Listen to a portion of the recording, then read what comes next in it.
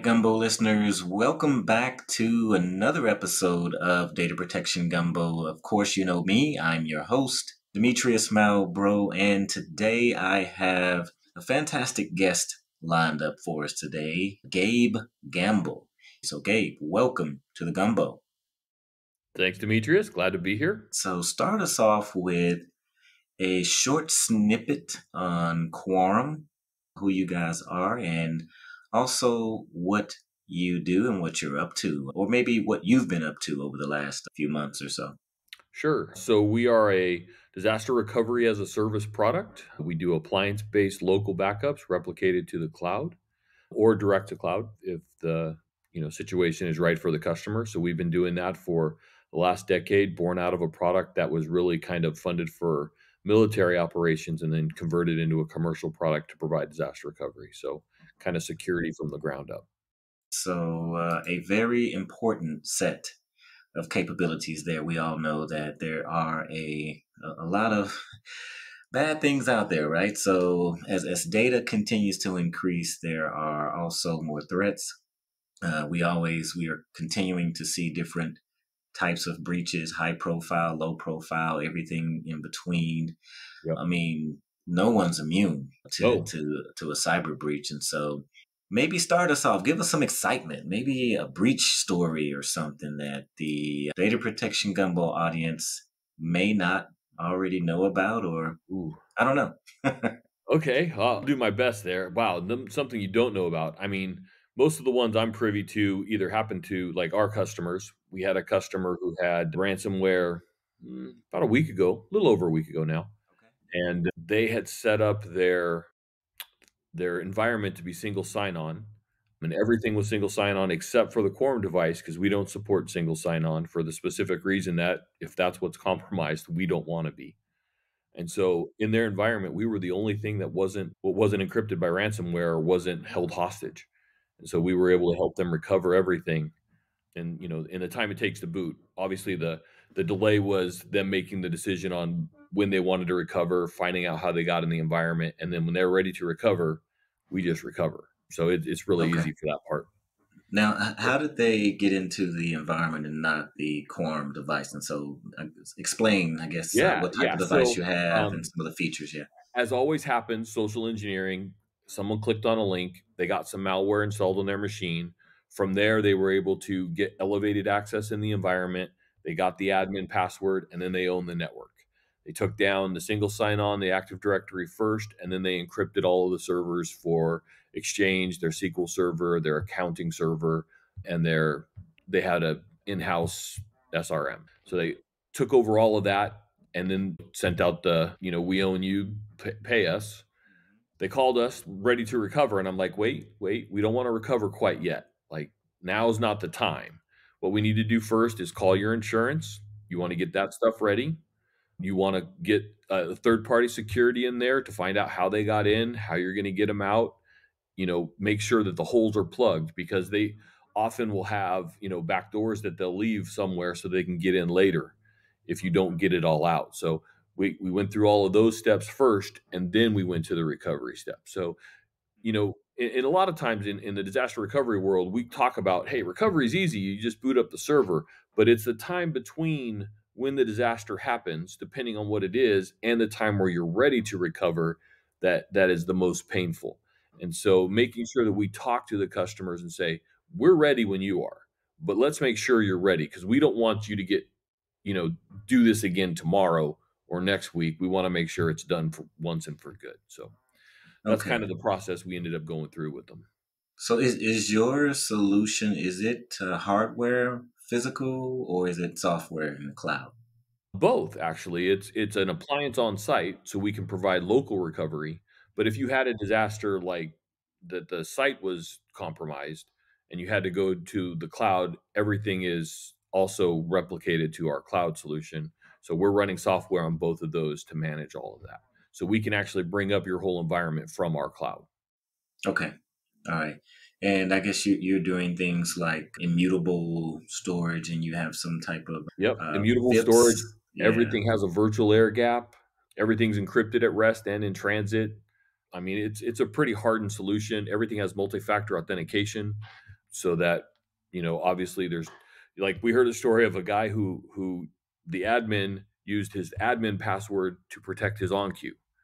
And we're like, "Hey, if it's the same password and they get your admin password, they're gonna get to your backups, and you don't want that. So make that password different." Right. Right. Okay. And I guess what is that one thing? So you've seen a few different types of recovery scenarios, customers with ransomware, and you've seen some of the stress and strain around Yep, someone trying to figure it all out. yep. What is maybe the one thing that, based on your experience and what you've seen, that someone can do in order to kind of minimize that pain Sure. around before that breach happens? Well, a lot of times we see customers and we talk to customers, and the director, the IT administrator, whoever's running IT is charged by the company and says, "Hey, you're responsible for our disaster recovery plan and making sure it's updated." And it could be a CIO or a CISO or whatever. And so they'll do their tests and they'll do their planning and they'll have their ideas. But what they're not including is the rest of the company. They're just telling the company, "Yeah, it's taken care of." But when you have ransomware, for example, you're actually the last person that gets to make that decision. It's gotta be the CEO or the CIO or COO, somebody saying, "Okay," maybe they wanna pay the ransom, maybe they don't, maybe they wanna do something else, right? Maybe they But want to you're pay it. you're no longer allowed to make those decisions, you have to wait. And so there's a lot of other conversations that have to happen. And so a lot of IT people aren't including the rest of the business in that recovery strategy to make sure that everyone has and knows what those impacts are. That's Yeah, probably yeah. the biggest mistake I see people make. Okay. Yeah, and we call that cybersecurity is a team sport, or For data sure. protection is a team sport. So you have to make sure you bring in all of the appropriate teams, the security team, the backup team, who Yep. the Windows teams, whoever's running Active Directory and knows, all the good stuff around, Yep. bringing the forest back online, Right. and all those different capabilities, and even the business, right? They have to be involved, because you mentioned cyber insurance earlier, Yep. and Yep. that's something that I don't have a lot of experience with cyber insurance, but I have continued to see Pretty new. different vendors out there offering guarantees. Oh yeah, we'll give you a guarantee. We'll up to whatever millions of dollars if your system is actually breached, and our system can't bring you back up, then we give you some type of option. Have you seen that as well? Yeah. Oh, yeah. We have a lot of people. Well, so we've never been compromised by ransomware. We've never lost a customer due to ransomware. So we've never been in a situation where that kind of need was there. But cyber insurance companies that say we'll pay up to this much amount or whatever, have lots and lots and lots of loopholes so that they don't have Yeah, to pay. yeah. Or if they have to pay, your premium is just gonna skyrocket next year because 'cause they're gonna get their money back, and or they're gonna cut you. They're gonna pay you, but they're gonna say you're no longer qualified for insurance, and now you're gonna have to go find a new provider. So both of those situations we've seen play out in practical terms with customers, onboarding that are coming to us, and they're like, "Yeah, this is what happened. We can't do that again." So, Okay. uh, these are So hurdles that people face for sure. yeah, also with your expertise and what you have seen, who is typically involved during and also after the breach, just so you could maybe help a gumbo listener out there to figure out, maybe they are in the beginning or planning phases to start to get serious about really protecting all of their data and their critical assets. Mhm. Well, if they're in the beginning phases, like we've talked about before, it's a team sport. They need to include the business units that would be impacted. They need to include their cyber insurer if they have one. If they don't, they need to get one. And they need to test in a way that actually asks the questions, okay, now this has happened. Our options are A, B, and C. Which path do you want to take so that the decisions that the business units, like the CEO, have to make in those decisions, PR needs to be involved, marketing needs to, all those guys need to be in the loop and practiced at making those decisions. And then going down the road from there, if you have a disaster, the first call you should make is to your cyber insurer, for sure. Your second call, in my recommendation and in most recommendations, is the FBI or the CSA. Mhm. You know, they need to be involved. Many times they actually have ways to get your data back or get your money back. But if they're not involved, they can't help. And it's a big concern for public companies because it's now a recorded incident, right? The FBI has to report on this, but it's better to do that. Like I keep going back to, and we just saw it play out with Caesars and Okay. MGM didn't Yeah. pay, but Caesars And yeah, paid. SolarWinds had a big thing too. SolarWinds is a great example. I mean, Yeah. that almost bankrupt that company. You know, if you're touting your company as a security company and you're the compromising agent, that hurts. That hurts a lot. But, you know, when one pays and one doesn't, and everyone gave MGM a really hard time. Oh, you were down for so long. Well, Caesar's paid. Now, Right. if I'm a ransomware person, who am I going to go after next? Am I going to go after MGM again? No, they don't pay. Am I going to go after Caesars again? Yep, I know I'm going to get a check at the end. Mm. Yeah, So, it makes sense. you know, going to the FBI is an important step in this, and I would say do it every time. Yeah, I think I saw a new SEC regulation around disclosing material events and like some type of proxy statement or mentioning it to your investors, right? If something happens, you have to file You and have to. Yep. disclose the event. Well, Yeah, there are pieces to that, right? You have yeah, to disclose if customer information is impacted, right. right? So if they have your social security number now or whatever, they have to disclose. Which Um, it is or most of the time. right, or if it's financial like liability, right? So if they've done something where they were compromised and it's going to impact the investors, then they have to disclose. There are certain situations where they don't, but that's a very small pocket to the bigger deal. Okay. Now, does it matter if you have all of your applications, workloads, and your data, if it's on prem or if it's in cloud? Does any of that matter? Are you safe anywhere? No, Yeah.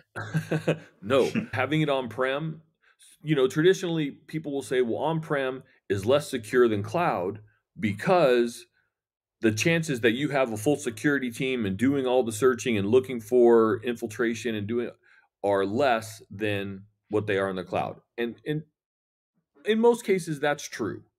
Hmm. But if the cloud is compromised, which we've seen it happen over and over, right? Just running your server in the cloud doesn't mean that Amazon or Microsoft is doing anything extra. You're just running a server Yeah. and having it being hosted there, basically. So Correct. your security steps and your processes are still your own. Right. So leveraging that is just as important. And we've seen a lot of times where because of things like single sign-on, they got onto your account and now they have your whole Office 365. Yeah. Yep. Yeah. I've seen that a lot. Right. Active Directory. If that's compromised, and plus, the whole IAM, Identity Access Management System, if they're able to get that, because I was reading somewhere that they did the social engineering attack and they were able to act like one of the support engineers and they Yep. managed to get the password reset.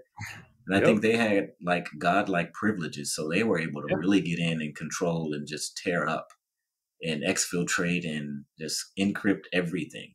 Everything. And they elevate that access, right? Once they're in, they can get onto every machine, everything you do, and they're not going to let you know they're there until they're everywhere.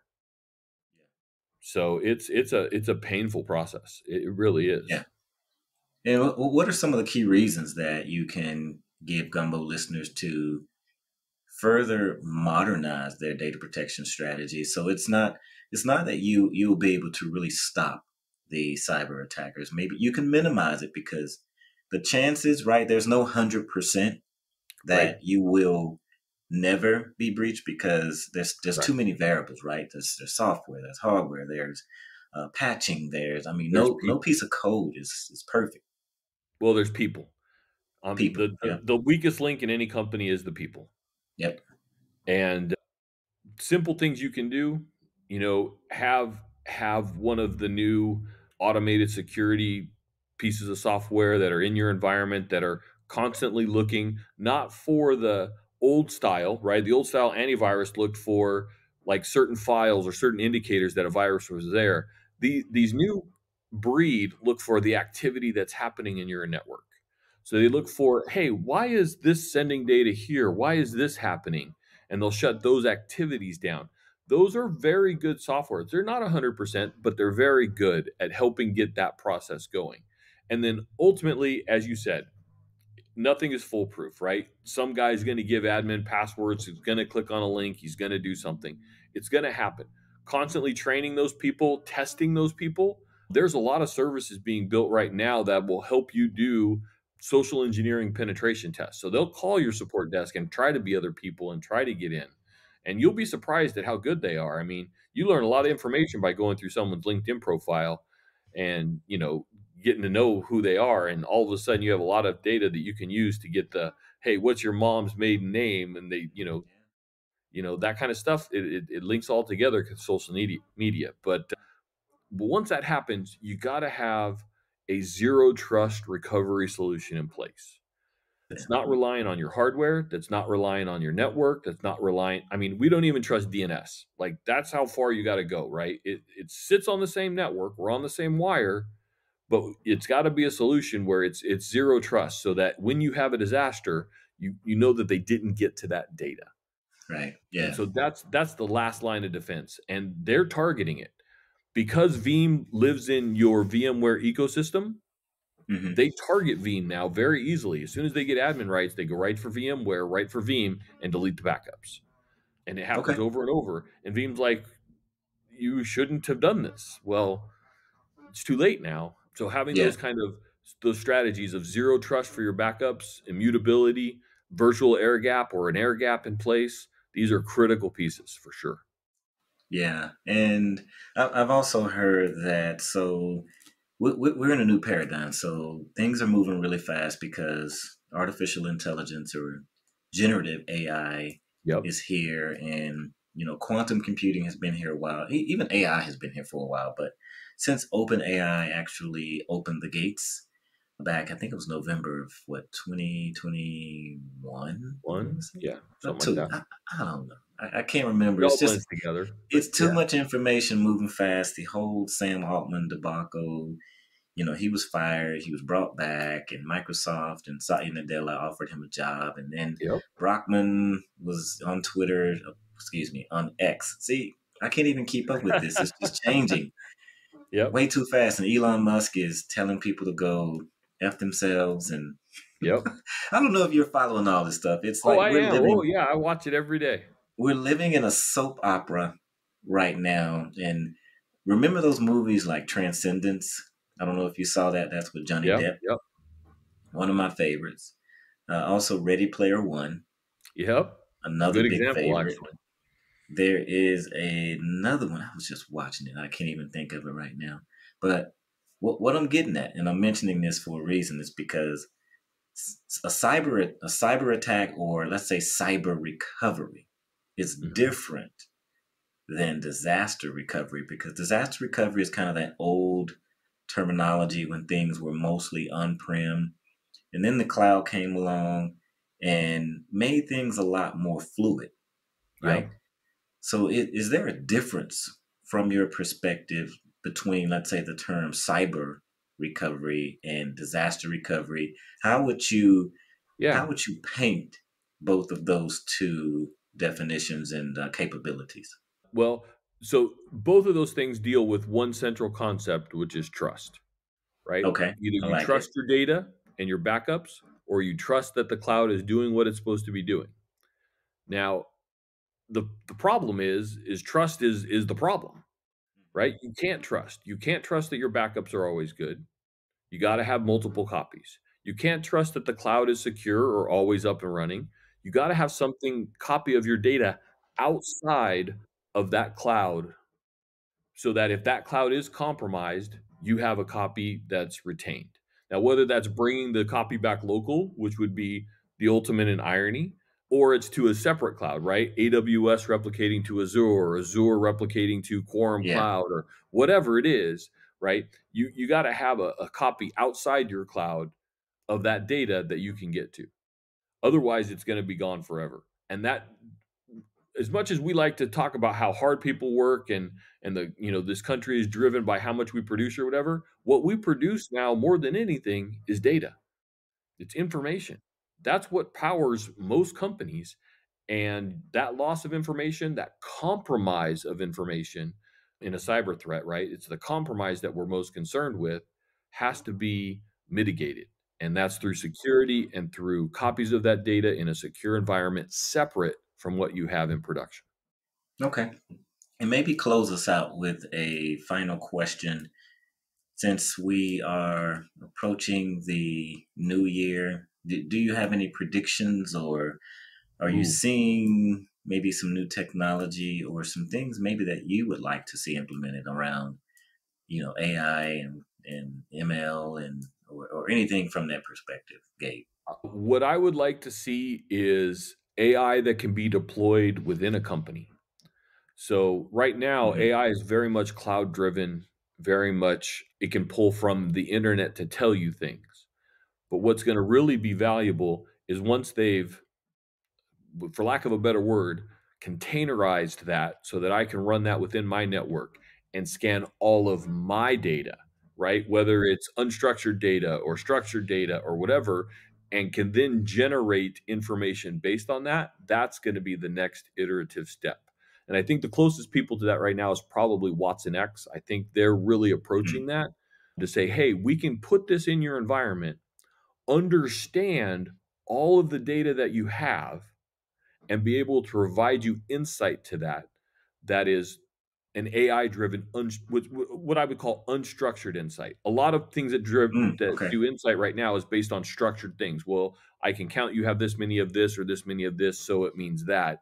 But the unstructured look at your data, where they're using that AI engine to anticipate what it thinks would be the right path, will be the next step. I think Okay. iteratively, that's No, the next thing I see.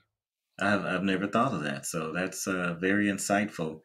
And I also like to get book recommendations. Are you reading anything that's interesting for us on the Gumbo here? I'll tell you, it's an old book, but I'll tell you, it's one of my favorites that really talks about the evolution of cryptography, and it's Hmm. called The Cryptonomicon. It is a Hmm. great book. It's based on three different timelines, and it talks about basically cracking codes and how encryption was born and cryptography was born. And it's a fascinating read because it gives you a lot of insight to how these people think as you go forward. So it's a fiction book, but very in depth. You gotta put some hours into it, but it's a good book. I'll be sure to Google it as soon as we sign off here. And I wanted to thank you for taking time out of your day to give us some insight here and some best practices and recommendations around protecting what's near and dear to everyone's heart, and they don't even know it, is your data, right? I Right. mean, it's like you can't live with it and you can't live without it, because if you live with it, there's too much of it, That's right. right? It's everywhere. You don't know where it is with all these different types of devices and Right. smart this, smart that, IoT and edge and cloud, and we can go on and on and on about it. And so, For sure. before I let you go, I want to let everyone know about the Backup and Recovery Professionals LinkedIn group that I run. There's about 25,000 plus cybersecurity, data protection, backup and recovery professionals there. It's a great community that have conversations very similar to the one that we are having here. So please go check that out. And also be sure to give us a good review if you really like the podcast. If it's a bad review, I am okay with that too, because any review for me is as long as it's truthful, because my first review was actually not truthful, and it ended up coming back to bite the guy who did it in the butt. So I love how karma works. It it's amazing. So yeah, so Gabe, thank you so much for being a guest. And any final closing words here? Definitely protect your data and definitely include your company in your data protection plan, and check out Quorum. All right, well, fantastic. Thank you for being a guest here on Data Protection Gumbo.